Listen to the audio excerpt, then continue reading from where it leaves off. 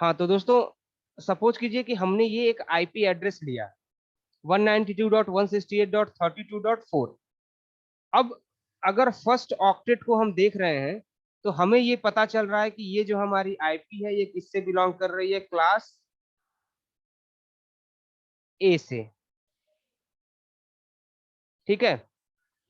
अब अगर ये क्लास ए से बिलोंग कर रही है तो इसके नेटवर्क आईडी की बात करें तो इसका जो नेटवर्क आईडी होगा, क्या, नेटवर्क आईडी, अगर इसका नेटवर्क आईडी की बात करें तो नेटवर्क आईडी हो जाएगी 192.168.32.0। ठीक है। क्योंकि हमें पता है कि क्लास सी में तीन जो है वो नेटवर्क के लिए ऑक्टेट होते हैं और एक ऑक्टेट हमारा होस्ट के लिए होता है। ये हमें पहले से पता है, हमने प्रीवियस लेक्चर में ये सारी चीजें देखी।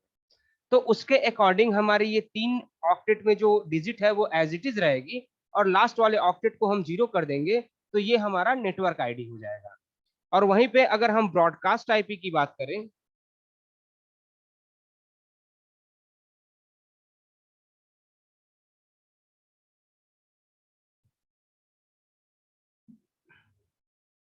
तो वो आपका हो जाता है 192.168.32.255।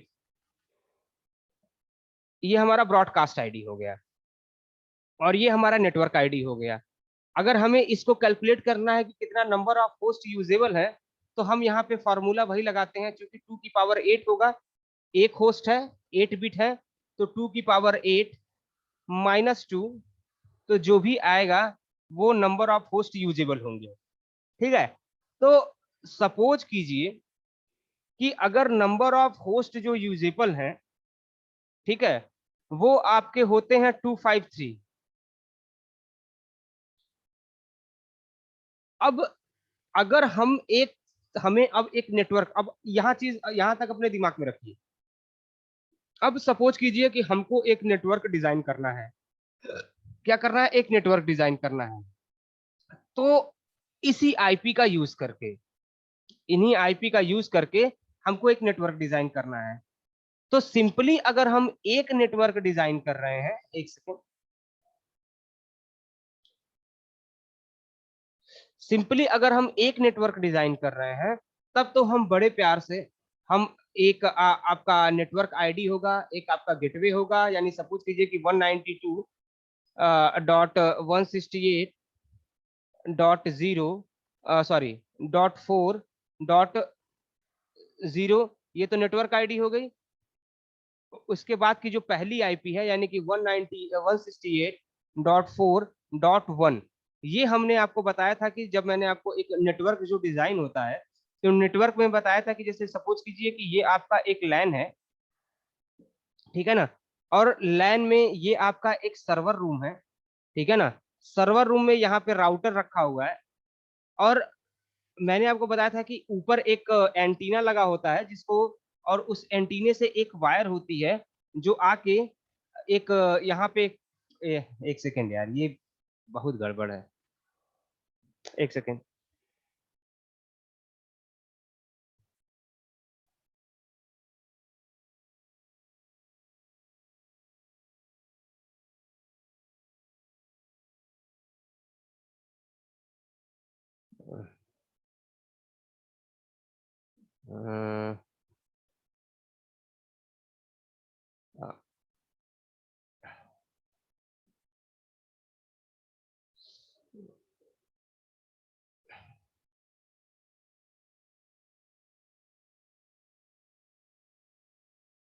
ये आपका एक लैन है, यहाँ पे एक उसका सर्वर रूम है, यहाँ पे एक पीओई लगी होती है, पावर ऑफ इथरनेट, और यहाँ पे लगा होगा एक एंटीना, ठीक है ना। इस एंटीना से एक वायर आएगी जो इस पीओई में लगी होगी, पीओई की एक वायर पावर कार्ड से लगी होगी, और यहाँ पे सपोज कीजिए कि आपका राउटर लगा हुआ है तो एक वायर यहाँ से राउटर में लगी होगी। तो इस राउटर की जो आईपी है वो हमने ये दे दी, यानी कि 192.168.4.1। ठीक है ना। अब हमें पता है कि इसमें मोस्टली हम नंबर ऑफ जो नोड्स, यूजेबल नोड्स की अगर हम बात करें तो वो 253 हम रख सकते हैं। ठीक है, तो अब यहाँ के बाद हम जितने भी स्विचेस लगाएंगे, सपोज कीजिए स्विच 1, स्विच 2, ठीक है ना, या और इनसे जो हमने कंप्यूटर लगाया, तो ये जो हमने लगाया, अब इसके बाद की आईपी, यानी इसको हमने .1 दी है, तो इसको हम .2 दे सकते हैं, इस कंप्यूटर को हम .3 दे सकते हैं, इसको हम .4 दे सकते हैं, और इसको हम .5 दे सकते हैं, और इसी तरीके से जितना हम एक्सटेंड करते जाएंगे, ये हमारा 253 नोड तक बढ़ता चला जाएगा। तो इस तरीके से हम आईपी देते जाएंगे, एक एक आगे देते गए। और मैंने ये बताया था कि चूंकि इस लैन के लिए, इस स्विच के लिए, इस सॉरी इस कंप्यूटर के लिए इस स्विच के लिए, या इस कंप्यूटर के लिए इस स्विच के लिए, ये जो होल जो ये नेटवर्क हमने बनाया है, इस होल नेटवर्क को अगर बाहर के किसी आउटर वर्ल्ड से अगर कम्युनिकेट करना होगा, तो वो वायर जो है, वो वायर कैसे जाएगा, यहाँ से सपोज कीजिए कोई डाटा निकला, तो वो इस स्विच में जाएगा, स्विच से होता हुआ वो इस राउटर में जाएगा, राउटर से होता हुआ वो इस एंटीना में जाएगा, और एंटीना से होता हुआ वो बीटीएस से होता हुआ उस पर्टिकुलर एरिया में पहुंचेगा। और या फिर बाहर से कोई आएगा, तो बाहर से भी आने में क्या होगा कि वो पहले यहाँ से आएगा, यहाँ से एंटीने में, एंटीने से होता हुआ राउटर में, राउटर से होता हुआ फिर स्विच में, और स्विच से होता हुआ सिस्टम में। ठीक है, तो इसीलिए जब भी ये कंप्यूटर डाटा जाएगा या बाहर से डाटा अंदर आएगा, तो कहीं ना कहीं उसको इस राउटर को फेस करना पड़ेगा। ठीक है, तो इसीलिए इस राउटर की आईपी को हम क्या कहते हैं, गेटवे की आईपी। अब इस राउटर की जो आईपी होगी वो क्या होगी, गेटवे की आईपी होगी। अब गेटवे की आईपी का मतलब क्या है कि ये राउटर में जो ये गेटवे की आईपी होगी, तो ये गेटवे का मतलब क्या है कि अब चाहे ये स्विच हो, चाहे ये स्विच हो, चाहे ये सिस्टम हो, चाहे ये सिस्टम हो, और चाहे इसके अलावा और भी जितने भी सिस्टम हो, उन सब में जब हम आईपी वाली फील्ड पे जाएंगे, तो जो हम तीन चीजें, एक तो हम आईपी एड्रेस भरते हैं। अगर आप आईपी वर्जन 4 की प्रॉपर्टी में जाएंगे और मैनुअली आईपी को भरेंगे, तो एक तो आपको आईपी भरनी होगी, एक आपको सबनेट मास्क भरना होता है,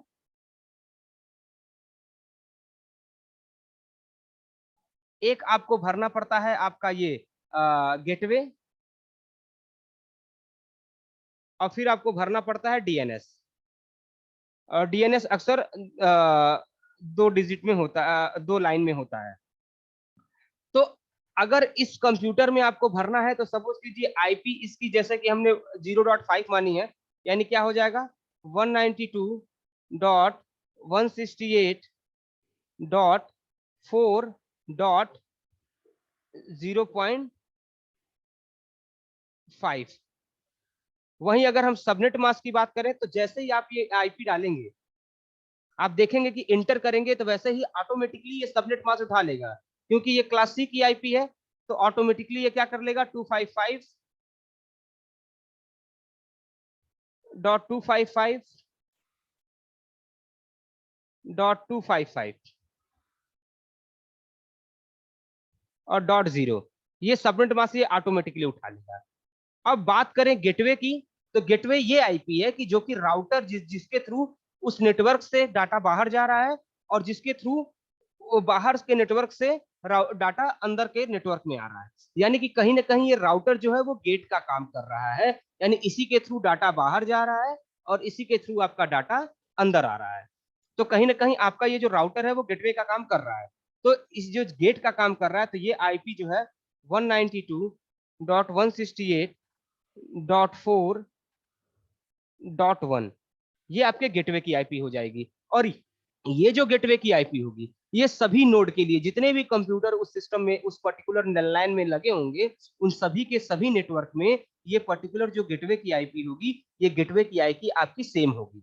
इसमें कहीं से कोई भी, जितने भी, अगर अगर इस नेटवर्क के अंदर जितने भी आईपी होंगे, आप देखेंगे उन सब में उस नोड को अगर आईपी वर्जन 4 के प्रॉपर्टी को ओपन करेंगे, तो आपको वहां दिखेगा कि सबके गेटवे की आईपी जो है सेम है, अगर वो सेम नेटवर्क में है तो।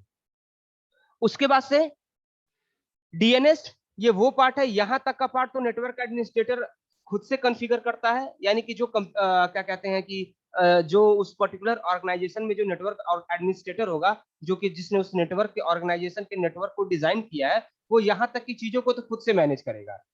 बस जो ये डीएनएस वाला पार्ट है, ये हमारा कौन प्रोवाइड करेगा? ये हमें प्रोवाइड करेगा आईएसपी। यानी ये जो एंटीना जो कंपनी लगा के जाएगी, वही कंपनी आपको डीएनएस प्रोवाइड करेगी, और वो डीएनएस जब यहाँ भरा जाएगा तो आपका इंटरनेट यानी कि आप आउटर वर्ल्ड के साथ कम्युनिकेशन करने के लिए कैपेबल हो सकेंगे। लेकिन अगर आपने ये आईपी सपोज कीजिए कि नहीं फिल की है, तो भी आप इस पर्टिकुलर लैन में जितने भी कंप्यूटर हैं, वो सारे कंप्यूटर से आपस में कम्युनिकेशन करने के लिए कैपेबल होंगे, बस आउटर वर्ल्ड के साथ आप कम्युनिकेशन नहीं कर पाएंगे। ठीक है ना? अब ये तो बात हुई आपकी सिंगल एक रेंज की आईपी की, कि जो आपका एक रेंज का आईपी है, इस आईपी के थ्रू आपने एक नेटवर्क को डिजाइन किया। ठीक है? लेकिन अगर हम बात करें, एक सेकेंड,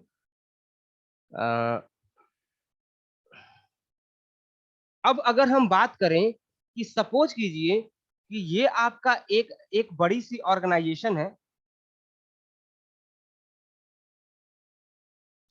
यहाँ पे एक आपका अलग लैन चल रहा है, एक आपका यहाँ पे अलग लैन चल रहा है, एक यहाँ पे आपका अलग नेटवर्क चल रहा है, एक यहाँ पे आपका अलग नेटवर्क चल रहा है। ठीक है ना? यानी इस ऑर्गेनाइजेशन के अंदर हमने देखा कि लैन 1, लैन 2, लैन 3 और लैन 4, ये 4 लैन जो है हमने एक, देखो कोई भी जो बड़ा ऑर्गेनाइजेशन होता है तो उसमें एक ही नेटवर्क नहीं होता, उसमें अलग अलग ब्रांचेस के लिए और अलग अलग लैन, अलग अलग नेटवर्क बनाए जाते हैं, ताकि दूसरा लैन दूसरे के लैन में, मतलब कि ये लैन की का डाटा इस लैन के साथ शेयर तभी हो जब ये वाला लैन का एडमिनिस्ट्रेटर इसको ऑथराइज करे। इससे क्या होता है कि एक ही कंपनी के अंदर अलग अलग डिपार्टमेंट का जो काम होता है वो सिक्योर रहता है, कि मतलब कि एक डाटा के अंदर, जैसे कि एक नेटवर्क के अंदर दूसरे नेटवर्क का जो डाटा है वो मतलब कि सिक्योरिटी पर्पस समझ लीजिए कि एक ही कंपनी में अगर अलग अलग ऑर्गेनाइजेशन है, जैसे कि कोई टेस्टिंग फेज है, कोई डिसीजन क्या कहते हैं एडमिनिस्ट्रेटर सॉरी एडमिनिस्ट्रेशन बोर्ड होता है, जिनका काम डिसीजन लेना होता है, न्यू स्कीम को फॉलो करना होता है, उसी में ऑफिस वर्क के लिए भी होता है, तो होता है ना कि हर का सबका काम अलग अलग है, और कोई भी दूसरे के काम को देख ना सके या उसके डाटा को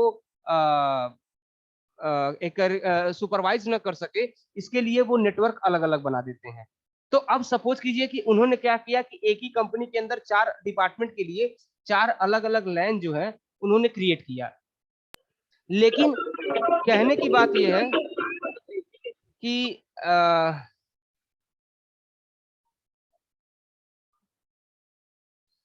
ये लैन जो है, देखिए ये जो मैं बता रहा हूँ इसको थोड़ा ध्यान से समझिए, क्योंकि ये चीजें अगर आप समझ में नहीं पाएंगे तो एक नेटवर्क डिजाइन नहीं कर पाएंगे। ठीक है ना? और फील्ड केवल सॉफ्टवेयर की नहीं होती, नेटवर्किंग की भी एक अपनी फील्ड होती है, और पूरा एक ब्रॉड फील्ड है, क्योंकि कोई भी चीज, कोई भी डाटा तभी, कोई भी सॉफ्टवेयर तभी चलेगा ना जब कम्युनिकेशन होगा। आज हम आईओटी पे काम कर रहे हैं, आईओटी का मतलब क्या है कि हम घर बैठे या फिर ऑफिस में बैठ के फैन या फ्रिज को ऑफ कर दें, ऑन कर दें। ठीक है ना? लेकिन वो तभी हो पाएगा जब उनके बीच में नेटवर्किंग होगी, कम्युनिकेशन होगा। अगर कम्युनिकेशन नहीं होगा तो आप कुछ नहीं हो पाएगा। और कहीं ना कहीं ये जो रिमोटली कम्युनिकेशन की जो चीजें होती है ना, ये इसी नेटवर्किंग के ऊपर ही बेस्ड होती हैं, चाहे वो वायरलेस मीडियम के थ्रू हो, चाहे वो वायर्ड मीडियम के थ्रू हो। लेकिन जब तक नेटवर्किंग नहीं होगी तब तक डिवाइसेस आपस में कम्युनिकेट नहीं कर पाएंगी, और डिवाइसेस अगर आपस में कम्युनिकेट नहीं कर पाएंगी तो कुछ भी हो नहीं पाएगा। तो बहरहाल मैं बात कर रहा था कि अगर एक ऑर्गेनाइजेशन में सपोज कीजिए कि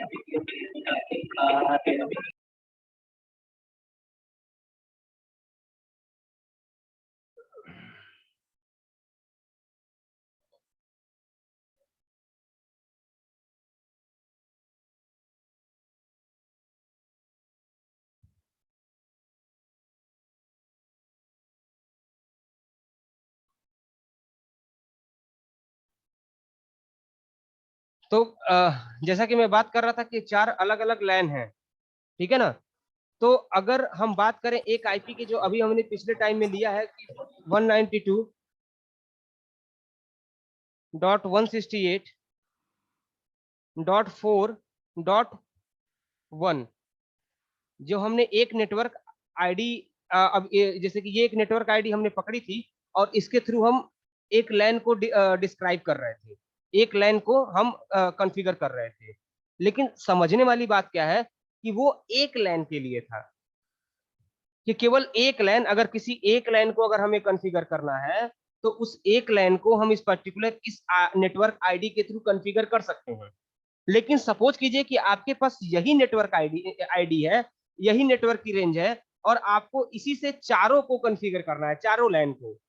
तो अब चारों लैन को एक ही नेटवर्क आईडी से तो कॉन्फ़िगर कर नहीं सकते। क्यों? क्योंकि इसकी जो नेटवर्क आईडी होगी, वही नेटवर्क आईडी वो इस नेटवर्क की पहचान होगी, लैन 1 की पहचान होगी, ये नेटवर्क आईडी। तो ये दूसरे नेटवर्क आईडी की पहचान तो हो नहीं सकती। दूसरे लाइन की या दूसरे नेटवर्क की पहचान तो हो नहीं सकती। तो इसके लिए हमें नया नेटवर्क आईडी बनाना पड़ेगा। इसी तरीके से इसके लिए हमें नया नेटवर्क आईडी बनाना पड़ेगा और इसी तरीके से हमें लैन 4 के लिए भी एक नया नेटवर्क आईडी बनाना पड़ेगा। तो अगर हमें इन चारों के लिए नया नेटवर्क आईडी बनाना है, तो अब या तो हम अलग-अलग सीरीज की 4 आईपी लें, लेकिन हमें ये भी पता है कि आईपी को, पब्लिक आईपी को परचेज करने में कॉस्ट पे करनी पड़ती है। तो हम क्या करेंगे कि हमारे पास जो ये प्राइवेट रेंज है, इसी इसी को हम न 4 पार्ट में या 2 पार्ट में या 3 पार्ट में डिवाइड कर देंगे। ठीक है ना? और जब हम इसको डिवाइड करेंगे तो अभी जो मैंने आपको बताया था ना कि नंबर ऑफ यूजेबल होस्ट, मान लीजिए कि 1023 है। ठीक है ना? तो इसी को अगर हम अब नेटवर्क आईडी जब एक है, तो अब जब हम इसको डिवाइड करेंगे तो 4 नेटवर्क आईडी बन जाएगी। अगर हमने 4 पार्ट में डिवाइड किया तो इसी एक नेटवर्क, एक ही रेंज से हम 4 नेटवर्क आईडी बना सकते हैं। तो जब 4 नेटवर्क आईडी बनाएंगे तो आप सोचिए इसका जो है नेटवर्क आईडी अलग हो जाएगा, तब इसका नेटवर्क आईडी अलग हो जाएगा, इसका नेटवर्क आईडी अलग हो जाएगा, इसका नेटवर्क आईडी अलग हो जाएगा। और ये जो 1000 जो 23 मैं यहाँ पे लिखा हूँ, इसकी संख्या 4 पार्ट में डिवाइड हो जाएगी और वो इन चारों को जितनी जितनी बचेगी होस्ट, उतने होस्ट को ये असाइन कर दिया जाएगा। एक चीज समझने वाली ये है कि अगर हमने इसको तोड़ा यहाँ पे, जैसे सपोज कीजिए 192.168, अब इसको जो अगर मैंने तोड़ा है तो जो नया नेटवर्क आईडी एक और मिल रहा है हमें 192.168.18 से मिल रहा है और 18 से लेके ये जा रहा है 23 तक या 254 तक, 254 तक जा रहा है। तो अब होगा क्या कि अब ये जो 18 है ये इसके लिए नई नेटवर्क आईडी होगी और ये 254 तक जाएगा। और इसमें भी जब पूछा जाए कि लैन 2 में नंबर ऑफ होस्ट कितने यूजेबल हैं, तो वहां पे भी क्या होगा आपका कि ये जो पहला यानी कि 192.168.18, ये थोड़ा सा माउस से चल नहीं रहा है, .0, ये आपका नेटवर्क आईडी होगा। और अगर ये 254 तक जा रहा है अंतिम, तो इसका जो ब्रॉडकास्ट आईपी हो जाएगा वो 192.168.18.254। यानी यहाँ पे भी इस रेंज में भी अगर सपोज कीजिए कि आपको 100 आईपी मिल रही है, तो 100 में से 2 - 2 आप करेंगे, क्योंकि ये नया इसी में से भले ही आपने तोड़ा है, लेकिन अब इसके लिए एक नंबर नेटवर्क आईडी के लिए यूज होगा और दूसरा नंबर आपका ब्रॉडकास्ट के लिए यूज होगा। यही सेम फंडा यहाँ पे भी लगेगा, यही सेम फंडा यहाँ पे भी लगेगा। तो इससे क्या हुआ कि हम लोगों ने एक ही आईपी से को तोड़ा और एक ही आईपी से अलग अलग 4 नेटवर्क हमने बना दिए और चारों की नेटवर्क आईडी हमने अलग कर दी। अब ये जो मैंने इतना सब कुछ बताया, इसको समझाने का मतलब बस इतना था कि अगर हम एक आईपी से एक नेटवर्क बना रहे हैं और दूसरा नेटवर्क बनाने के लिए हम नई आईपी परचेज कर रहे हैं, तो हमें वहां पे कॉस्ट पे करनी है। लेकिन इस सबनेटिंग का यूज करके हमने क्या किया कि एक ही आईपी से को हमने अलग अलग, एक ही आईपी से हमने 4 नेटवर्क आईडी बनाई और 4 अलग अलग नेटवर्क को हमने असाइन कर दी, जिससे कि वो आपस में कोलैप्स भी नहीं करेंगे। यानी एक ही आईपी से हमने 4 लैन को कॉन्फ़िगर कर दिया, उसके लिए हमें नया परचेज करने की जरूरत नहीं पड़ी। तो जो मेन जो ओवरऑल कंक्लूजन जो मैं आपको बताना चाहता हूं वो ये है कि हम नेटवर्क आईडी से जो हम सबनेटिंग की बात कर रहे हैं, तो सबनेटिंग में हम आईपी को तोड़ते हैं, ये एकदम करेक्ट है। लेकिन आईपी को तोड़ने से ऐसा नहीं है कि सबको फिर उतना ही नोड मिलेगा जितना नोड पहले स्टार्टिंग में था। वही नोड अलग अलग पार्ट में अलग अलग नंबर में डिवाइड हो जाएंगे, और प्लस अगर हम बात करें इसकी, और सबका नेटवर्क आईडी अलग हो जाएगा।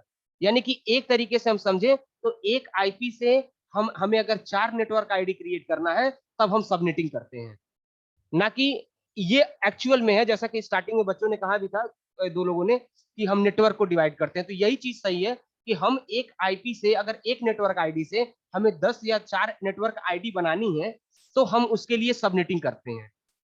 अब ये सबनेटिंग कैसे करते हैं, कैसे हम नेटवर्क आईडी बनाते हैं, कैसे अलग अलग नेटवर्क आईडी बनती है, उसका कैलकुलेशन क्या है, ये हम आपको कल के लेक्चर में बताएंगे। ठीक है ना। तो ये आज को बताने का मतलब मेरे इतना था कि आप ये समझ सकें कि एक्चुअल में सबनेटिंग है क्या और कैसे हम सबनेटिंग को मैनेज करते हैं।